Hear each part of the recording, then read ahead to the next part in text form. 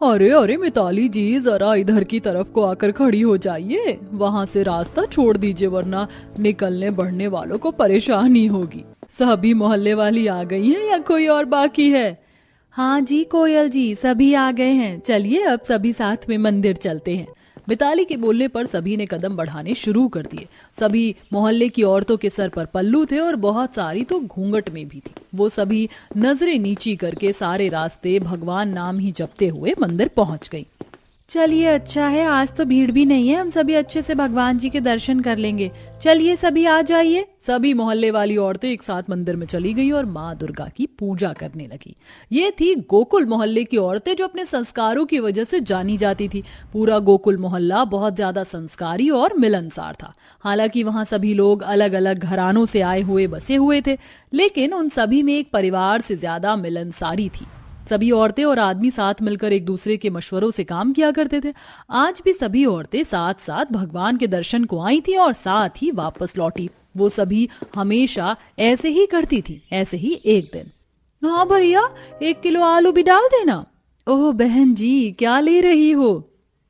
कोयल जी आप? कुछ नहीं, बस आज सोचा आलू की सब्जी बना लूंगी। ये लीजिए आपके आलू। हाँ मैडम, आप बताओ। आपका क्या पकाने का प्लान है? कुछ नहीं, बस सोचा आज तुम सभी के मशवरे से कुछ बना लूंगी, तुम लोग ही बता दो। अरे आपने क्या बात बोल दी। ठीक है, तो आज मैं आलू पालक बना रही हूँ, आप भी वही बना लो कोयल जी। आलू पालक? वैसे मुझे आलू पालक बनाए काफी वक्त हो गया है। ठीक है, तो आज मैं वही बनाऊंगी। शुक्रिया संजना। कोयल ने संजना के बोलने पर आलू पालक ले लिए। सभी औरतें अभी ऐसे ही खड़ी हुई सामान ही ले रही थी कि तभी उनके मोहल्ले में एक गाड़ी आकर रुकी। ये किसकी गाड़ी है? कभी देखी नहीं मोहल्ले में। शुक्ला जी ने ली है क्या? हो सकता है, एक वही तो रईस है मोहल्ले के। नहीं, ये शुक्ला जी के यहाँ की गाड़ी नहीं है। ये तो कोई नए पड़ोसी आए हैं। वो पास में एक घर खाली नहीं था कोने वाला, शायद उसी में रहने आए होंगे। सभी औरतें उसी गाड़ी की तरफ टकटकी लगाए हुए थीं कि तभी गाड़ी से एक बुढ़िया निकली। बुढ़िया को देखते ही सभी मोहल्ले वाली हैरान रह गई, क्योंकि उस बुढ़िया ने शॉर्ट ड्रेस पहना हुआ था। वहीं उसके पीछे उसकी 3 बहुएं भी बाहर आईं, जिनमें से 2 उसी की तरह शॉर्ट कपड़ों में थीं और एक बहू ने खुद को पूरी तरह से ढका हुआ था। ओहो, सब कुछ कितना हॉट लग रहा है। जल्दी आओ स्वीट हार्ट, अब मुझसे इस गर्मी में नहीं रुका जाएगा। यस मम्मी जी, आ रहे हैं, पहले जरा इस मोहल्ले का दीदार तो कर लें। धानी ऐसे बोलकर सभी तरफ को देखने लगी। सब्जी की रेड़ी के पास सभी औरतें खड़ी हुई थी, जिनको देखकर धानी और बाकी सभी ने उन्हें इग्नोर किया और वो अपने घर आ गईं। वहीं मोहल्ले में उन्हें देखकर खलबली मच गई। हे भगवान, ये मैंने क्या देख लिया? एक बुढ़िया, और वो भी ऐसे कपड़ों में, और साथ में उसकी बहुएं भी थीं उसी की तरह। राम राम राम, अब ये हमारे मोहल्ले में ही रहा करेंगी क्या? हमारा मोहल्ला तो तमीज और तहजीब के नाम से मशहूर है। अब अगर ऐसे लोग यहाँ आएंगे तो हमारी क्या ही इज्जत रह जाएगी। ऐसा मत बोलो, हो सकता है ये लोग अच्छे हों, बस रहन सहन ही ऐसा हो। हमें किसी को भी ऐसे नहीं कहना चाहिए। आज शाम को हम सभी मिलकर उनके घर चलेंगे। कोयल की बात सुनकर सभी औरतें चुप हो गईं और अपने अपने घरों को आ गईं। वहीं दूसरी तरफ बेशर्म सास बहुओं का परिवार अपने घर में कुछ इस तरह था। ओह गॉश, कितनी ज्यादा गर्मी लग रही है। मेरा तो मन कर रहा है कि मैं क्रॉप टॉप के साथ शॉर्ट पैंट्स ही पहन लूं।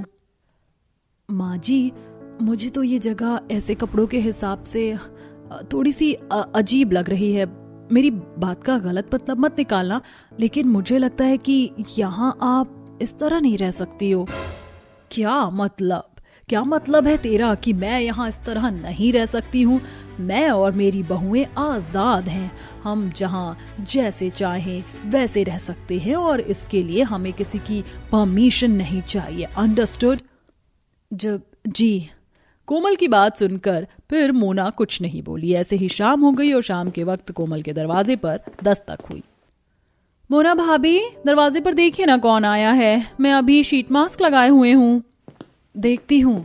मोना दरवाजा खोलने आई। दरवाजा खोलते उसने देखा कि मोहल्ले की सभी औरतें वहां खड़ी हुई थी। जी बोलिए। जी, हम इसी मोहल्ले में रहने वाली औरतें हैं। आप लोग भी अब से इसी सोसाइटी का हिस्सा है, तो हमने सोचा एक बार एक दूसरे से परिचय कर ले। वैसे मेरा नाम मिताली है। अच्छा, मेरा नाम मोना है। मोना भाभी, कौन आया है? मोहल्ले से औरतें आई हैं। आप लोग अंदर आइए ना।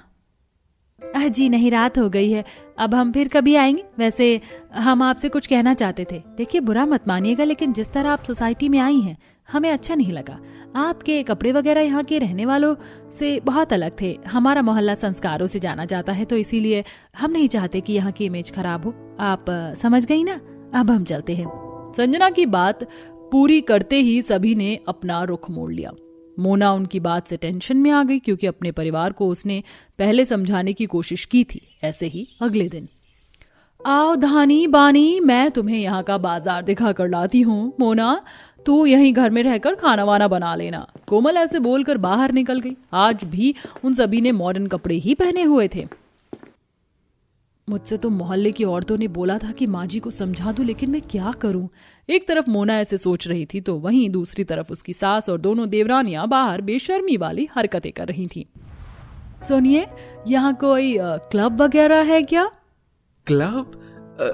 जी, मैं तो शरीफ सा लड़का हूँ, मैं क्लब नहीं जाता हूँ। ओ मम्मी जी, जरा इसके चिपके हुए बाल तो देखो। ऐसे बोरिंग लोगों से ऐसी बातें मत पूछो, कोई फायदा नहीं है। चलिए हम किसी टैक्सी से वहां चलते हैं। धानी की बात से कोमल और बानी भी राजी हो गईं और वो एक टैक्सी में बैठकर क्लब चली गईं। वहीं एक ही दिन में उन तीनों की हरकतों और पहनावे से कई आवारा लड़के और आदमी उनके मोहल्ले में आ गए। अब रोजाना यही होने लगा था। जिस मोहल्ले को कभी किसी ने बुरी नजर से नहीं देखा था, अब वहां के नुक्कड़ और मोड़ वगैरह पर आवारा लोग रहने लगे थे, जिसकी वजह सिर्फ और सिर्फ मोहल्ले में रहने आई बेशर्म सास बहुएं थी। एक दिन मोहल्ले की सभी औरतें एक साथ इकट्ठा हुई। बस बहुत हुआ, अब मैं और ये सब बर्दाश्त नहीं करूंगी। हमारा तो इन नई बेशर्म सास बहुओं की वजह से घर से बाहर निकलना ही मुश्किल हो गया। ये रातों को शराब पीकर घर को आती हैं और अपने पीछे 10 लफंगे लाती हैं, लेकिन हम ऐसे लोग नहीं हैं। ये जाएं फिर ऐसी ही जगह जहाँ इन जैसे बसते हों। क्या है, क्यों खड़ा हुआ है? अपना घर बार नहीं है क्या? चल निकल यहाँ से। अरे मिताली भाभी, संभालो, इतना गुस्सा ना करो। सभी ने मिताली को समझाया और फिर वो सभी कोमल के घर पहुंच गई, जहां बेशर्म सास बहुएं लाउड म्यूजिक पर डांस कर रही थीं। अरे दरवाजा खोलो, खोलो जल्दी से। कोयल की आवाज पर धानी ने दरवाजा खोला। क्या है, क्यों शोर मचाया हुआ है? शोर हमने नहीं, तुम सास बहू ने मिलकर मचाया हुआ है। बस बहुत हुआ। तुम एक परिवार ने सालों से जमाई हुई मोहल्ले की इज्जत और संस्कारों को एक झटके में खत्म करके रख दिया है, लेकिन हम अब इस सब को हरगिज बर्दाश्त नहीं करेंगे। चलो निकलो यहाँ से, जहाँ तुम जैसे रहते हो वहाँ जाकर बसो। तुम होती कौन हो हमें यहाँ से निकालने वाली? हम इस मोहल्ले की औरतें हैं, समझ आया? मिताली के इतना बोलते ही मोहल्ले की औरतें उनके घर में घुस गईं और उन्हें वहां से जाने पर जोर देने लगी। सभी की जबरदस्ती से कोमल बेबस हो गई, क्योंकि वो वहां से कहीं नहीं जा सकती थी। छोड़ो हमें, ठीक है, अगर तुम्हें हमारे पहनावे से या हरकतों से दिक्कत है तो हम इसे बदल देंगे, कोशिश करेंगे यहाँ के रंग में रंगने की। अब जाओ यहाँ से। कोमल ने सभी को भगा दिया। अब उनके पास कोई दूसरा चारा नहीं था। सास बहुओं ने भी मोहल्ले में रहने की खातिर अपना रूप बदल लिया और वो भी संस्कारी बनने की कोशिश करने लगी। 1-2 दिन उन्हें अजीब लगा, लेकिन फिर वही सब उन्हें सुकून देने लगा। धीरे धीरे उनकी भी मोहल्ले में अच्छी बोलचाल हो गई और सभी खुशी खुशी रहने लगे। क्या हुआ माँ, आप खांस क्यों रही हो? आपकी तबीयत खराब है क्या? नहीं मेरी बच्ची, वो तो बस चूल्हे की धुएं से मुझे खांसी हो जाती है। तुम आप चूल्हे पर खाना क्यों बनाती हो? पता है मेरी सहेलियों के घर पर वो बड़ा वाला गैस है जिन पर उनकी मम्मी बिना खांसे खाना बनाती हैं। हमारे पास वैसी गैस क्यों नहीं है? अरे मेरी कुड़िया रानी, मुझे उन गैस पर खाना बनाने की आदत नहीं है ना, इसलिए तो परेशान मत हो, मैं ठीक हूँ। चल आप जल्दी से हाथ मुँह धो ले, मैं खाना लगा देती हूँ। अपनी माँ जानकी की बात सुन भूमि हाथ धोने के लिए चली जाती है, जिसे देख अब मैं तुझे कैसे समझाऊं मेरी बच्ची कि हमारे पास इतने पैसे नहीं हैं कि हम उन अमीरों की रसोई की तरह अपनी गरीब रसोई में भी गैस ला सकें। हमारी तो पूरी जिंदगी इस चूल्हे पर खांसते हुए खाना बनाने में ही चली गई। भूमि के आने से पहले जानकी अपने आंसू पोंछती है और अपने पति और बेटी के लिए प्लेट में खाना लगा देती है, जिसे देख भूमि, ये क्या माँ, आपने आज भी ये लौकी की सब्जी और रोटी बनाई है? भूमि बेटा, वो मेरे पास ज्यादा पैसे नहीं थे और लौकी ही सस्ती थी, इसलिए मैं लौकी ही ले आई। माँ 3 दिन से तो हम लौकी ही खा रहे हैं, मेरा लौकी खाने का मन नहीं करता, ये मुझे बिल्कुल भी अच्छी नहीं लगती। नहीं भूमि बेटा, खाने को ऐसे नहीं कहते। आज तुम लौकी की सब्जी खा लो, कल मैं तुम्हारे लिए जरूर कुछ अच्छा बनाऊंगी।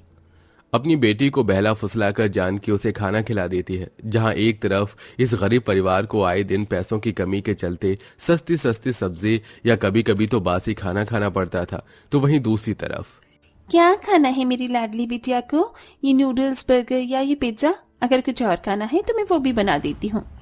माँ, मुझे चॉकलेट आइसक्रीम खानी है। ठीक है, मैं अभी अपनी गुड़िया रानी के लिए जल्द से चॉकलेट आइसक्रीम मंगवाती हूँ।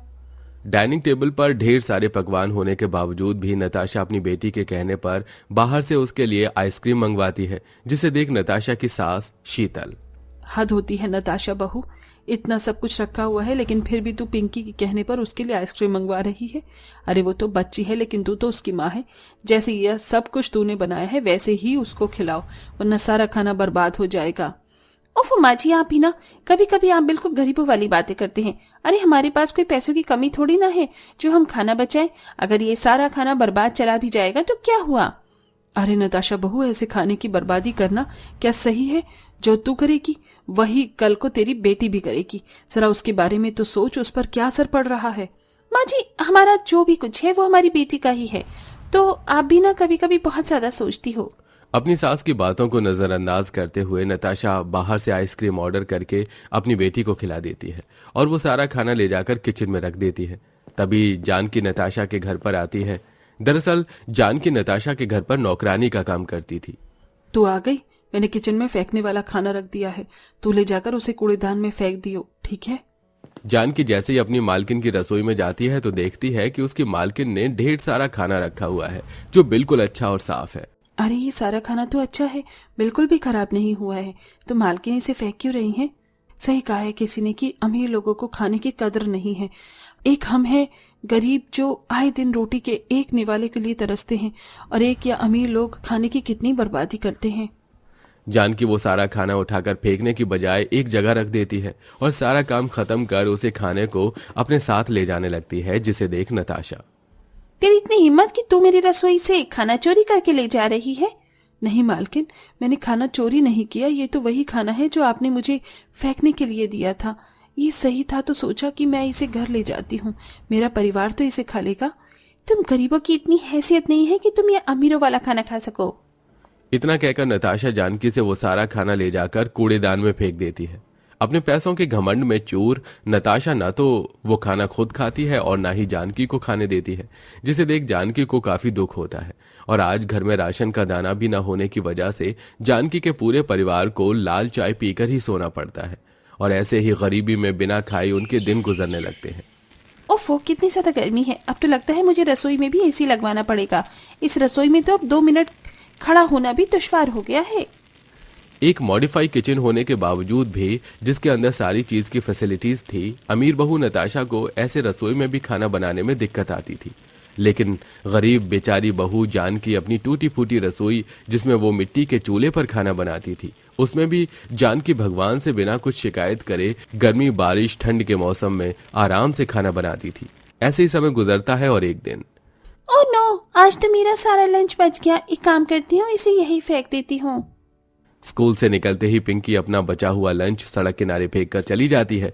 थोड़ी देर बाद उसी जगह से जानकी की बेटी भूमि गुजरती है और सड़क किनारे इतना सारा खाना पड़ा हुआ देखकर, ये तो बहुत सारा खाना है और बिल्कुल भी खराब नहीं है, तो इसे यहाँ पर क्यों फेंक दिया? माँ कहती है कि कभी खाने की बर्बादी नहीं करनी चाहिए। यहाँ तो आसपास कोई जानवर भी नहीं है जो इसे खा ले। अब मैं क्या करूँ? भूमि आगे पीछे देखती है और सड़क किनारे पड़े उस खाने को खुद ही उठाकर खाने लगती है ताकि उस खाने की बर्बादी ना हो। भगवान भी कितना नाइंसाफी करता है ना, जिसको जिस चीज की कदर नहीं है उसे वही चीज देता है, और जो खाने के एक एक दाने के लिए तरसते हैं उन्हें खाने के लिए और मोहताज बना देता है। ये क्या, घर में सब्जी तो बिल्कुल खत्म हो चुकी है। परसों रात के आलू की सब्जी बची है, बस अब इसे ही गर्म करके इन्हें देना होगा, वरना आज भी ये लोग भूखे पेट ही रह जाएंगे। जानकी 2 दिन पुरानी आलू की सब्जी को चूल्हे पर गर्म करके सुबह की बची 3 रोटी को देखकर अपनी बेटी और पति को खाने के लिए देती है। जानकी को बार बार यही डर सता रहा था कि कहीं उसकी बेटी और पति उस बासी सब्जी रोटी को देखकर कुछ कह न दे, लेकिन वो लोग बिना कुछ कहे चुपचाप से उस खाने को खाने लगते हैं, जिसे देख जानकी को मन ही मन काफी दुख होता है। अरे नताशा बहू, ये चावल तो सुबह ही बने थे, तूने फेंकने क्यों जा रही है? ला मुझे दे, अगर तू नहीं खाएगी तो मैं खा लेती हूँ इन्हें। माँ जी, ये सुबह के बासी चावल हैं। आप भला इन्हें रात में क्यों खा रही हो? और मैंने आपसे कितनी बार कहा है कि अपना ये कंजूसीपन खत्म कर दीजिए। ये इतने सारे पैसे लेकर क्या भगवान के पास जाएंगी? इसे कंजूसीपन नहीं बल्कि खाने की बर्बादी रोकना कहते हैं। जितना तू खाने को बर्बाद कर रही है ना, देख ले एक दिन भगवान तुझे इसकी सजा जरूर देगा। अरे माँ जी, आप अपना ये फालतू का ज्ञान अपने पास ही रखें और मुझे मेरा काम करने दीजिए। जहां एक तरफ गरीब बहू खाने के एक एक तिनके के लिए मेहनत कर रही थी, वहीं अमीर बहू नताशा हर रोज खाने की भर भर के बर्बादी कर रही थी। लेकिन कहते हैं ना कि भगवान भी सिर्फ एक समय तक इंतजार करता है, और जब अब ये शायद वक्त आ चुका था कि वो अमीर और गरीब बहू को उनकी करनी का फल दें। कोई है घर में क्या? इस बूढ़ी औरत को कुछ खाने के लिए दे दो। 2 दिन से कुछ भी नहीं खाया। अरे अम्मा, आप बाहर क्यों खड़ी हैं? अंदर आइए। जान के उस बूढ़ी औरत को घर में बुलाती है और बिठाकर घर में रखा हुआ बचा कुचा खाना उस बूढ़ी औरत को खिला देती है। अम्मा, मुझे माफ कर देना, मेरे घर में बस इतना सा ही खाना रखा हुआ था। इसमें तो आपका ठीक से पेट भी नहीं भरा होगा। नहीं मेरी बिटिया, तूने सच्चे दिल और प्यार से मुझे खिलाया है। मेरा तो सदा के लिए पेट भर गया है। भगवान करे तेरी सारी दुख परेशानी हमेशा हमेशा के लिए खत्म हो जाए। वो बूढ़ी औरत जानकी को आशीर्वाद देकर वहां से चली जाती है, जिसके बाद अब वो सीधा नताशा के बड़े से घर के बाहर पहुंचती है, जहां नताशा हर रोज की तरह खाने को कूड़े में फेंक रही होती है। बेटिया, ये खाना तुम कूड़े में फेंक रही हो, इससे अच्छा मुझे दे दो। कम से कम मुझ बुढ़िया का पेट तो भरेगा। तुम जैसे गरीब लोगों को खाना देने से अच्छा है कि मैं इसे नाले में फेंक दूं। तुम्हारी हैसियत भी नहीं है इतना अच्छा खाना खाने की। अब खड़ी खड़ी क्या देख रही है? चल भाग यहाँ से। नताशा बिना कुछ सोचे समझे उस बूढ़ी औरत को वहां से भगा देती है। लेकिन नताशा इस बात से अनजान थी कि ये बूढ़ी औरत कोई और नहीं बल्कि माँ अन्नपूर्णा का रूप है। जानकी के अच्छे स्वभाव और सच्चे दिल की वजह से माँ अन्नपूर्णा के आशीर्वाद के चलते कुछ दिनों में जानकी और उसके परिवार की गरीबी हमेशा हमेशा के लिए मिट जाती है। जहां पहले जानकी का परिवार राशन के दाने के लिए तरस रहा था, वहीं अब उनके पास भरपूर मात्रा में हद से ज्यादा खाना था। लेकिन वहीं नताशा की करनी की सजा उसके पूरे परिवार को मिलती है। नताशा के पति का बिजनेस में काफी बड़ा लॉस हो जाता है और वो पल भर में सब कुछ गवाकर एक छोटी सी झोपड़ी में आ जाते हैं, और अब नताशा का पूरा परिवार खाना खाने के लिए मोहताज हो जाता है।